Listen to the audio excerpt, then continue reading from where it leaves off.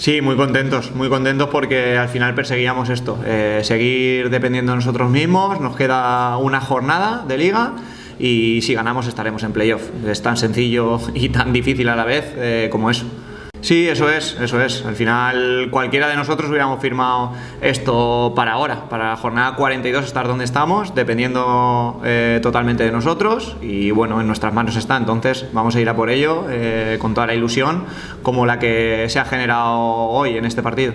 Sin duda, ellos eran conscientes de lo importante que era este partido, teníamos mucha confianza en nosotros mismos y así ha sido, ¿no? La verdad que hemos estado muy bien, a un nivel muy alto y bueno, es un buen partido sobre el que apoyarnos para afrontar el que queda, que va a ser también un partido importante y en el que el Felanitx seguramente no nos ponga facilidades. Sobre Michael hay poco que decir, la verdad que estamos encantados del compromiso que ha tenido desde el primer día. Es complicado, ¿no? Ya lo decía él, cuando no abandonas tú el fútbol, sino que te abandona a ti porque no puedes continuar.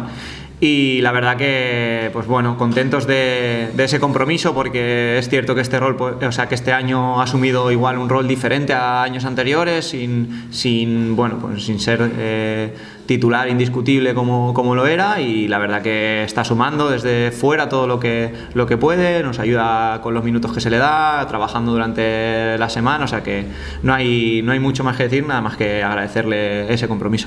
Pues igual que hoy, cuando nos tenemos que jugar las castañas, el equipo da la cara y demuestra que con la ilusión de este equipo no se puede jugar, porque si se juega pues sale la mejor versión de ellos y la verdad que estamos muy contentos. Entonces, con muchísima ilusión vamos a ir al último partido de Liga, a jugar en Felanitx, a tratar de ganar el partido y certificar cuanto antes el playoff, que es lo que queremos desde que estamos aquí, desde pretemporada. Entonces, pues bueno, muy serios para afrontarlo y para conseguir los 3 puntos.